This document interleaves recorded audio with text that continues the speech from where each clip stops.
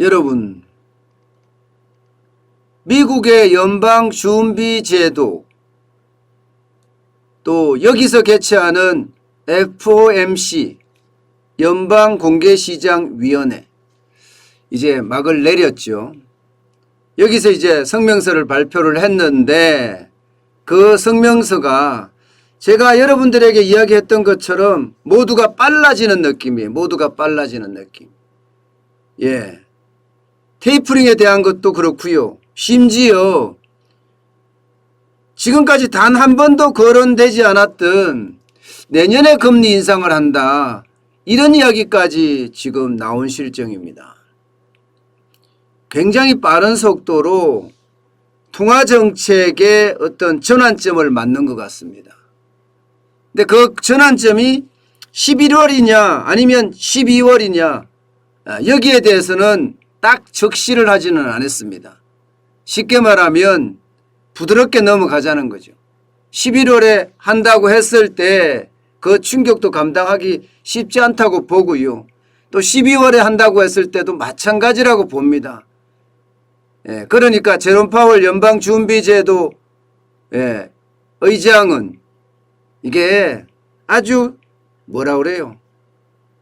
꾀가 많다고 이야기해야 되나요? 아니면 현명하다고 이야기해야 되나요? 예.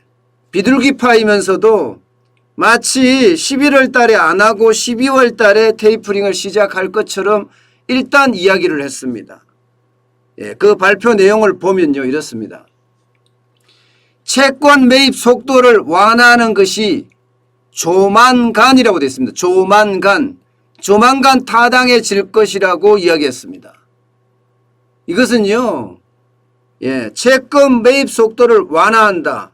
이 말은 쉽게 말하면 돈을 덜 풀겠다. 이제는 통화 완화 정책이 아니라 통화 긴축 정책으로 방향을 바꾸겠다. 이런 얘기예요. FOMC 성명에서 공개시장위원회 성명에서 이렇게 나온 거예요. 이렇게. 결국은 우리가 이야기했던 테이퍼링 이야기했던 테이퍼링이 곧 온다. 곧 시작한다. 이런 의미입니다. 그런데 이게 곧이 언제냐요. 곧이 언제나. 조만간이라는 단어가 언제고 곧이라는 게 언제냐. 참 해석이 복잡합니다. 해석이 복잡해요. 조만간이나 곧이라는 이야기는 때에 따라서 달라질 수는 있지만 올해를 넘기지 않는다. 이 이야기에서는 모두가 동의를 합니다. 그러니까 올해를 넘기지 않는다. 그러면서 말입니다. 두 가지 추측을 하고 있어요. 하나는 11월 달에 FOMC가 개최가 되거든요. 예. 그러니까 연방공개시장위원회가 개최가 되는데 이 개최되는 시점이 11월 2일 3일이에요. 2일 3일. 굉장히 가깝습니다. 11월 말로 가는 것이 아니고 11월 2일 3일 정도 개최될 거다. 11월 초에 개최될 거다. 이렇게 지금 보고 있습니다. 이렇게 됐을 때는 11월 달에 이야기해서 11월 달에 테이퍼링, 쉽게 말하면 채권 매입을 축소할 수 있다는 이야기입니다. 예. 또 하나는 기왕이면 12월까지 가지 않겠느냐. 12월부터 테이퍼링에 착수하지 않겠느냐. 쉽게 말하면 채권 매입을 축소하지 않겠느냐. 이렇게 해석을 합니다. 분명한 것은 내년 초까지는 넘어가지 않을 거라는 게 일반적인 해석입니다. 이 곧이란 단어와 조만간이라는 단어 때문에 제롬 파월 연방준비제도 의장, 그러니까 미국의 중앙은행 의장이에요. 제롬 파월 의장의 특유의 화법이에요. 이렇게 적시를 해서 시장에 충격을 주는 것보다가 좀 천천히 가서 말입니다. 적시를 하지 않으면서 이제 베일을 하나씩 벗기겠죠. 하나씩 벗기면서 결국은 11월 달이었다. 결국은 12월 달이었다. 이렇게 이야기하게 될 겁니다. 아마 시간이 지나면 그 베일이 벗겨질 텐데 베일이 벗겨지는 시점이 11월이냐 12월이냐 아마 그렇게 결정이 될 겁니다. 두 번째는요. 내년 중에 금리 인상한다는 거예요. 첫 번째 금리 인상은 내년 중에 단행될 가능성이 있다. 이런 표현을 썼습니다. 이런 표현을. 지금은 이거는요. 지금까지 한 번도 나오지 않았던 거예요. 지금까지 미국 중앙은행에서는 2023년 후년이죠. 2번 정도 올리겠다. 그리고 2024년에는 좀 많이 올리겠다. 지금까지는 그렇게 이야기를 해왔어요. 그런데 이게 2022년에도 올릴 수 있다. 이야기가 나왔습니다. 저는 충분히 이 가능성이 있다고 판단했어요. 왜냐하면 중국의 위기거든요. 지금 헝다그룹의 파산 가능성 굉장히 크죠. 오늘 만약에 돌아오는 걸 못 막으면 파산될 가능성이 있는데 이 파산이 됐을 때 기업들이 도미노로 파산하지 않겠느냐. 헝다그룹과 연계된 기업들은 굉장히 많이 파산할 거예요. 여기와 연계된 은행들도 저는 파산하리라고 보고 있고요. 그럼 여기에다가 미국이 한 방 먹이는 거죠. 빨리 테이퍼링 인상을 하고 금리 인상을 조기에 당겨서 중국 경제에 타격을 주겠다. 이런 생각도 충분히 있을 수 있습니다. 물론 중국이 세계의 공장이라고 이야기할 정도로 제품들을 엄청나게 많이 만들어냅니다. 그리고 미국에도 수출하고 중국에도 수출하고 우리나라에도 수출하기 때문에 쉽게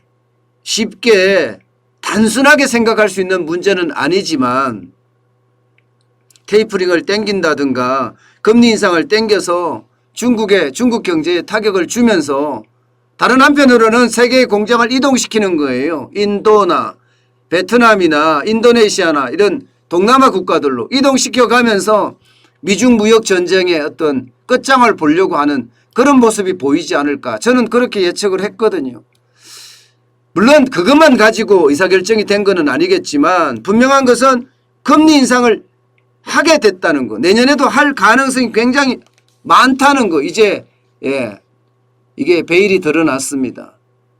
자, 그러면 미국의 통화정책이 이제 바뀐다는 이야기잖아요. 어쨌든 올해 안에 바뀌어서 내년에는 금리까지 0%의 금리를 인상을 하겠다는 거 아니에요. 지금 현재는 0에서 0.25거든요. 어떤 곳은 0.25를 받는 것도 있지만 일반적으로 금리가 0%입니다. 그 0%를 좀 더 올리겠다 이런 얘기거든요. 지금 금리 정책 자체가 통화정책 자체가 바뀔 위험이 있다 이런 얘기예요. 제가 여러분들에게 늘 이야기했지만 미국의 테이퍼링이나 금리 인상은 좀 더 이게 생각했던 것보다 빨라질 거다 이런 이야기를 계속 말씀을 드렸습니다. 그 이유가 이게 여러분 예상했던 것보다가 물가 상승률이 심각합니다. 물가 상승률이 30년 만에 최고라고 이야기할 정도로 물가가 올라가고 있잖아요. 지금까지 미국의 중앙은행인 연방준비제도는요. 지금까지 뭐라고 했나 하면요. 두 가지 목표를 달성을 해야 된다. 하나는 물가가 2% 목표치를 넘어서야 된다. 이건 넘어섰죠. 다른 하나는 고용지표. 고용지표가 완전고용에 도달해야 된다. 이거예요. 완전고용에. 완전고용이 가려고 그러면 3%에서 4%, 실업률이 3%, 4%예요. 지금 현재는 5.2%니까 이거는 달성하기가 좀 쉽지 않아 보이는 거예요. 그런데 문제는 물가는 천정부지로 오릅니다. 물가는. 그러니까 이게 고용이 문제가 아니다. 물가를 잡아야 되겠다. 물가를 못 잡으면 스태그플레이션에 대한 위험이 있고 오히려 지금까지의 고용도 더 깰 수 있다. 저성장 고물가가 되기 때문에. 그래서 물가부터 먼저 잡자. 그런 차원에서 보면 테이퍼링이나 금리 인상이 빨라진다. 제가 이렇게 말씀을 드렸습니다. 물론 최근에는 중국의 이슈까지 제가 더 곁들였지만 지금까지 제가 말씀드리는 것은 물가였어요. 물가. 실업률보다 물가. 물가가 굉장히 많이 올라가거든요. 걱정할 수준입니다. 지금 FOMC 그러니까 공개시장위원회에서도요. 개인 소비지출 물가지수가 4.2%까지 올라갈 거다. 이렇게 우려하고 있습니다. 실제로 연방공개시장위원회에서도 이 물가를 걱정하고 있는 거예요. 4.2%면 초인플레이션입니다. 2%까지가 일정 물가라고 이야기하면, 그러니까 목표 물가, 뭐 적정 물가라고 이야기하면 말입니다. 4.2%는 초인플레이션에 가깝습니다. 2배가 넘으니까요. 게다가 실제로 지금 일어나는 물가는 어떻습니까? 8월에 5.3%죠. 예, 5월에 5%를 넘어서면서 6월 5.4, 7월 5.4, 8월에 5.3까지 올라간 실정입니다. 예, 그러니까 이게 결국 미국 경제에 오히려 더 충격을 주는 것은 물가다. 예, 물가 때문에 저성장 고물가, 다시 말해서 스태그플레이션이 더 빨리 다가올 수도 있다, 이런 얘기예요. 그래서 물가 오름세를 굉장히 심상치 않게 판단을 했다, 이렇게 봅니다. 지금까지는 연방준비제도에서 일시적인 요인이라고 강조를 했어요. 그렇지만 FOMC 위원들은요, 물가 조정에 대해서 우려를 나타내고 있는 정도로 그렇게 판단을 한 것으로 보입니다. 여기에다가 성장률 전망도 지금 낮췄습니다. 성장률 전망도 예상치가 7%였는데 지금 5.9%로 무려 1.1%포인트를 낮췄습니다. 1.1%포인트를 낮추면 실질적으로 여러분 결국 저성장이 계속된다는 거예요. 저성장. 예. 5.9%로 낮춘다는 것은 물가는 물가대로 올라가고, 성장은 성장대로 더뎌지는 스태그플레이션이 덮쳤다, 이렇게 지금 보는 겁니다. 그렇기 때문에 지금 미국에서 움직이는 것, 그것은요, 어째 보면 충분히 이 테이퍼링이나 금리 인상을 당길 필요가 있을 거다, 이렇게 저는 판단을 했고요. 실제로 그렇게 일어났습니다. 여러분, 문제는 미국이 저렇게 테이퍼링을 빨리 하고 금리 인상을 빠르게 당겼을 때 문제예요. 지금 사실 로리 나이트, 존 템플턴 재단 투자자문위원회 의장이 한 얘기입니다. 막상 긴축이 시작되면 증시 충격이 커질 것, 이렇게 이야기했습니다. 그럼 우리한테 얼마나 충격이 있느냐잖아요. 실제로 우리에게도 긴축 발작이 일어날 수 있다는 이야기입니다. 저는 이게 해석에 따라서 굉장히 오늘 다른 해석을 내놓을 수가 있어요. FOMC 성명 자체가 기간을 뒤로 미뤘다, 이렇게 해석을 할 수도 있고요.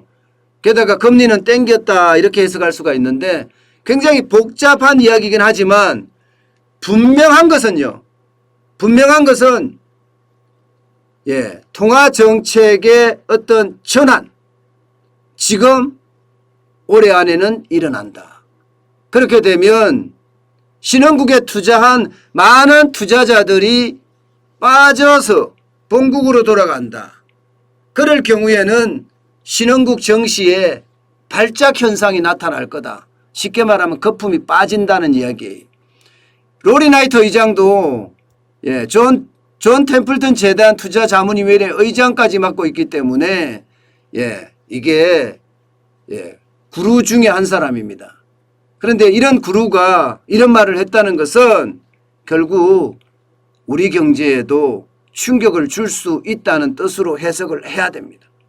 물론 오늘 시장은요, 미국 시장은 조용했어요. 오히려 올라갔습니다. 1% 급등까지였어요. 1% 급등해서 34,258.82로 마감을 했고요. 다우산업지수가, 나스닥도 14,896.85, 1.02% 상승을 했어요. 지금 멘트를 보면요, 성명서에서 내용을 보면 조금 미뤄졌다, 이런 얘기가 있기 때문에 상승을 한 듯 보이지만 그거보다는요, 이미 예상을 했다. 시장은 다우산업도 다우산업 지수에서도, 이 시장에서도 예상을 했고 나스닥에서도 예상을 했기 때문에 이제 흥다그룹에 대한 어떤 위험도도 측정이 됐다. 그러니 시장은 이제 올라간다. 뭐 이 정도 봐야 되고요. 이게 앞으로 계속 이렇게 올라갈 거다, 이거는 미지수입니다. 미지수예요. 이제 FOMC의 어떤 성명서가 어떻게 해석이 되느냐에 따라서 굉장히 많이 달라질 겁니다.